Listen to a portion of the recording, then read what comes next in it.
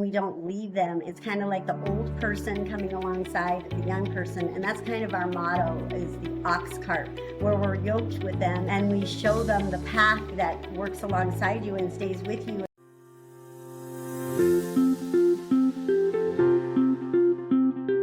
Welcome everyone. Today my guest is Valerie from SoulGives, untypical nonprofit. Valerie, thank you for your time. Welcome. And please introduce yourself and tell us a little bit more about SoulGives. Hi, my name is Valerie Shireman. I run a nonprofit, not typically the normal nonprofit, because we don't solely live off donations. We are based in Latin America, and the reason why I say we are not typical is because we come alongside our artisans, our beekeepers, and our growers, and we work with them to help them develop skills, or basically we say, what are your talents, what can we help you with, and we bring their product to e-commerce by telling their story. That's awesome. Awesome. So pretty much, are you focusing on a specific country or just one? We do. We focus in Latin America. We've had Africa and India ask if we would please work with their indigenous artisans, but it just is pulling us too thin. So right now, just Latin America. So you mentioned Costa Rica, I believe, to me or to the group. Where else do you guys work? So we've worked in Costa Rica, all of Mexico, and some parts of Colombia, and then we've had some products come out of Ecuador and a little bit out of Guatemala. That's awesome. That's awesome. I mean, listen, this is the first I'm hearing of a company, a nonprofit like yours, doing what you're doing. So I commend you for that. Hats off to you. So jumping into some questions here that I'm really curious to know. So what sparked you to start SoulGives? I think from the short conversation we had earlier, you mentioned that you were a pharmacist by training before. So tell me how you go from being a pharmacist, working at GSK, if I remember correctly, to creating SoulGives. So basically, I was injured in an accident from a sinus surgery, and so I kind of had to move to sea level because of severe headaches from a shunt being placed in my brain. And I was always coming up with different ideas to help in the pharmaceutical world to make it run smoother. That was just something, one of the things that I like to do to help the environment. And so I was kind of an entrepreneur in the pharmaceutical world. And my dad was a baker by profession, so I loved coming up with different ideas to help my father in the baking world. And so we were down in Costa Rica when COVID hit, and we were unable to get some of my medication here in Costa Rica.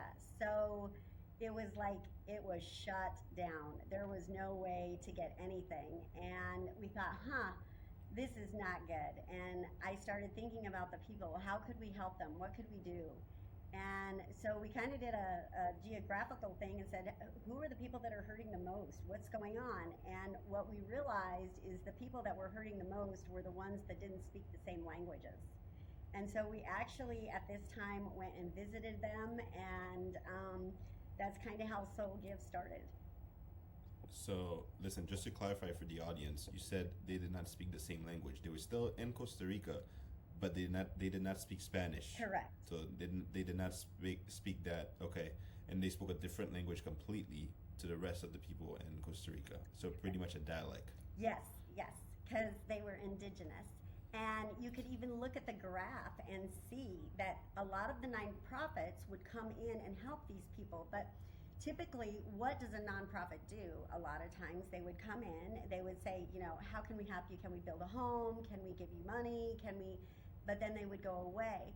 But when you try to run a business, normally somebody needs to come alongside you and stay with you and kind of help you, be like a coach, or somebody that works alongside you and stays with you and kind of gives you that mentorship and shows you what you're doing. So that's kind of what SoulGives does. We come alongside them and we don't leave them. It's kind of like the old person coming alongside the young person, and that's kind of our motto, is the ox cart, where we're yoked with them and we come alongside them and we show them the path that they need to go, and we stay with them to kind of guide them as they go through their path. That's amazing. And I think this made me think of a very popular saying.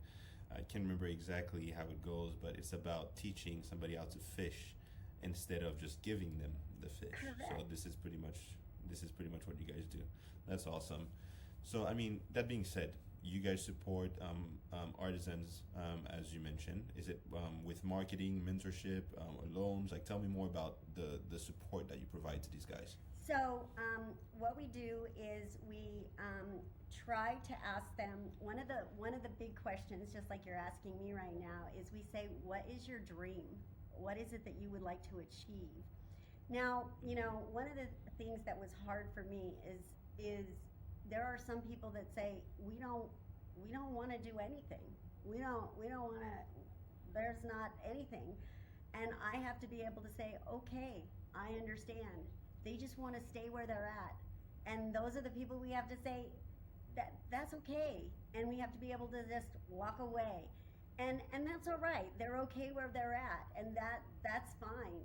And so, but the people that want to grow and change and bring their product to market, those are the ones we want to work with, and those are the ones we want to be a part of, and those are the ones that bring us such joy and such golden opportunities. And then from there, we can come up with different ideas that we can upcycle product and do things that are really the key to getting product to market. And we do it in a way that is safe and showing them ideas that they never knew before, that count to why the product needs to go across that way.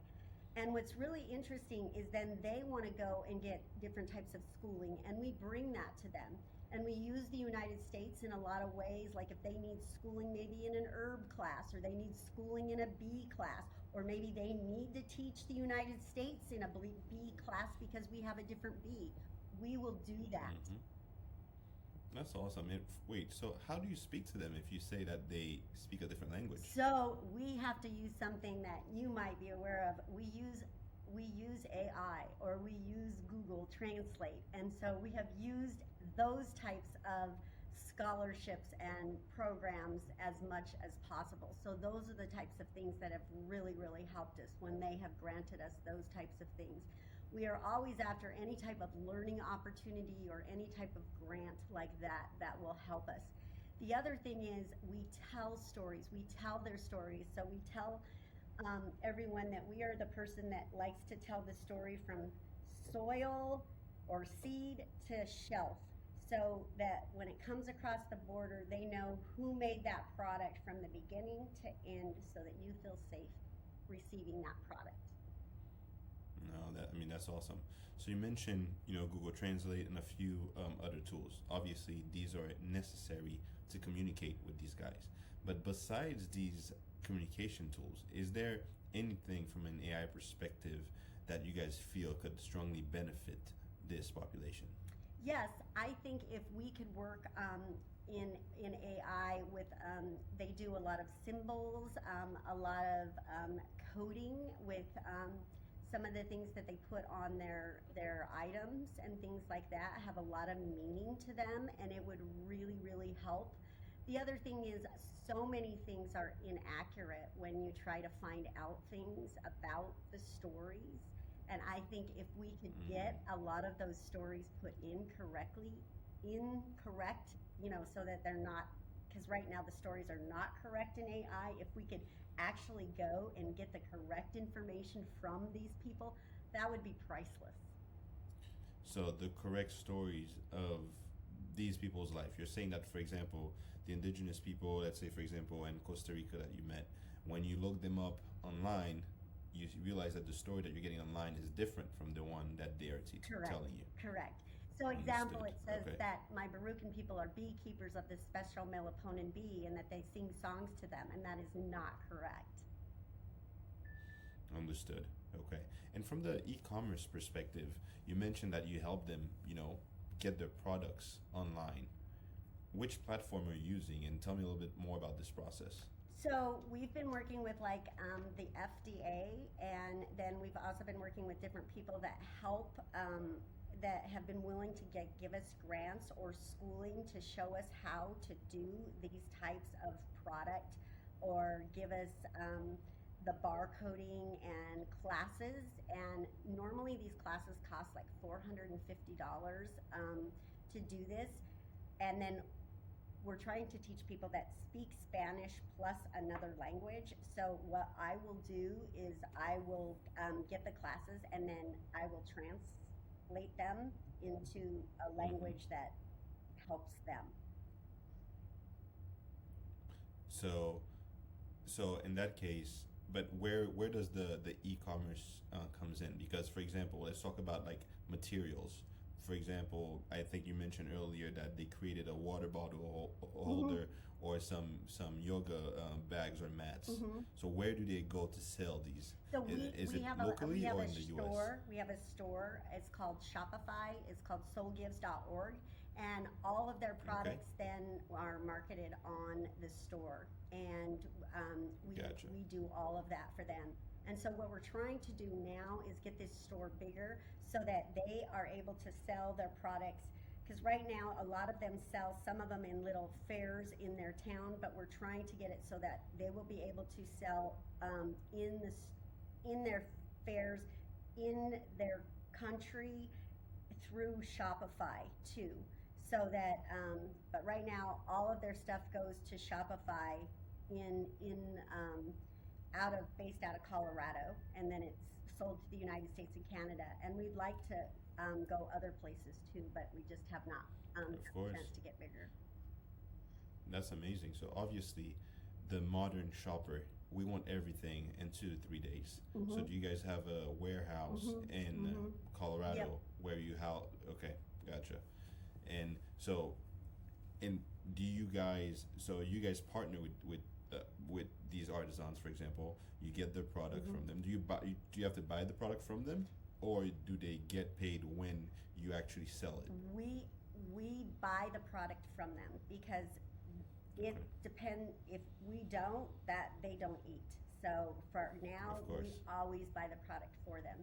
And that's the other thing, we do not argue, like we make sure it's a really fair price. We do not sit there and barter or anything like that. We make Of sure they are course, of getting a course. fair price. So if you think, oh my gosh, that's kind of expensive, no, we're making sure we do a very good cost analysis and make sure that they are Hmm. getting a good price. And that's why it is the price. And how are you guys doing in terms of sales when you put all these countries together? Ballpark. I think we're struggling as far as not getting enough marketing going, and that's because that's our Hmm. weak area as far as something we have not focused on, because we've been focused on our artisans and making sure that everything's been legal and doing what we should be doing. It's a lot for not having help.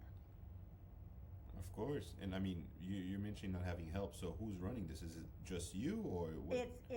It's me, and then I have staff in different countries that are volunteers.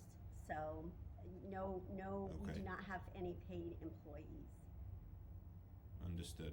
Okay. So yes, I mean, listen, marketing is a must for It e-commerce. is. We There's just no started. marketing, no. We just learned. We just started paying someone for doing the Okay. marketing, and that's another thing. When you have good ideas, you have people that try to take them, and we have learned that. And so that was a Hmm. very hard thing for us.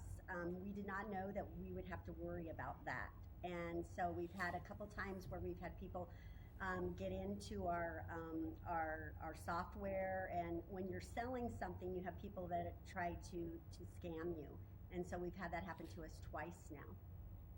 You mean trying to copy what you're selling or actually just Trying to actually online try fraud? and get like the product and take the idea and try and get like they love the idea of the QR code and do what we are doing. Okay, so what QR code? The QR code that we have on the product and things, and so they were copying what the idea was that we were doing. So I mean, I got you. So pretty much, you mean the barcode Um, or the the story of the artisan and how we were doing the shelf. Yep. Gotcha. So pretty much like each item is associated with the story of the artisan, and people would actually take this and just copy the Yes. story and put it on their products. Yes. Wow. Okay. Yeah, that is definitely unfortunate, but yes, we live in a cruel world. Yes, we do. Yes, we do. So, yeah, But I did not know I okay, was so I going to mean, have to fight that. I did not. I yeah. didn't think about that part. And what have you guys been able to do to fight that? We had to hire somebody to do our marketing and our cybersecurity. So let me ask you this: the QR code is on the product, so And on our the bee houses and so when you scan our bees, you can hear about their stories and everything but and the honey. you have to buy the product, right, in order to have access to the QR code. So they would go out of their way, buy the product, and then scan it. Yes, one gentleman actually came all the way here and everything. Yes. Wow. Wow. I wonder what ended up happening with them. Did it actually work for them? Because if you're gonna go into this much trouble, that's yeah. Wow. Okay. So listen, I mean, I'm sorry to hear that. I hope that this is an issue that can be taken care of sooner than later. But so I think from an AI perspective, I've heard quite a different things. Obviously, there is the translation tools that you mentioned, but also I think a big part that I may have heard from you is the marketing is an issue. Now you're having to pay somebody for the marketing. There are quite a few AI tools right now to help with marketing, and this is something that we can touch base, you and I, in a later time to see what is it that we can offer once I have a better assessment of your current situation.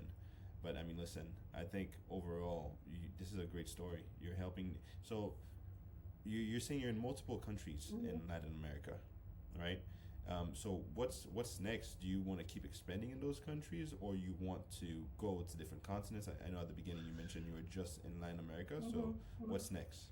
I think right now, as big as this is getting and as fast as this is going, we want to stay in Latin America, but I know as if we would love to have it be duplicated.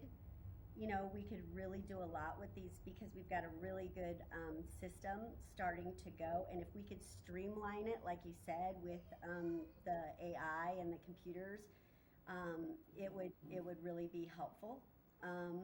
I think we could do really well because we're not taking anything from the people. The people are giving back, and that's what's cool is because they're earning money, they can give back to their system. Like I said, we have a dental project that's going on for our Mayans because of the Coca-Cola usage, and they're using their dentist in their area to treat their people and educate them. We have a bee conservation going on of rare bees called the melatonin. That's a very healing type of honey, and we're getting an alliance together of the Mayans and the beekeepers.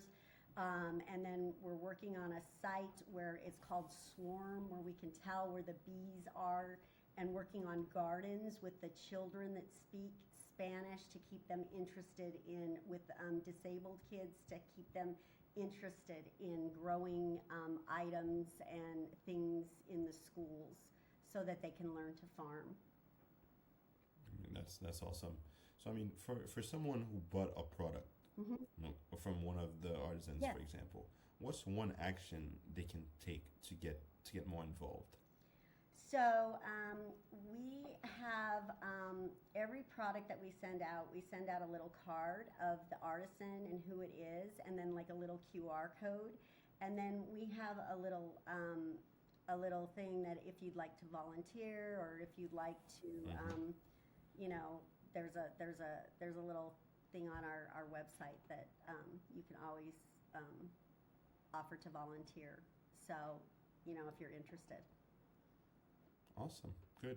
I mean, listen, Valerie, this was amazing. Thank you for sharing your You're story. amazing for doing this. I appreciate that. Nobody's ever asked, so this is good. I mean, I have a lot of people go, "Guy, this is so cool. I've never heard of, you know, empowering people to be self-sustainable. This is kind of a great way to do it." And it really is, because, you know, people get a lot out of doing something like that, you know, rather than you just giving them. 100%. You know. Definitely. No, this is amazing. Well, listen, thanks again for your time. We will definitely be in touch, and it was a true pleasure meeting you. True pleasure meeting you. Thank you.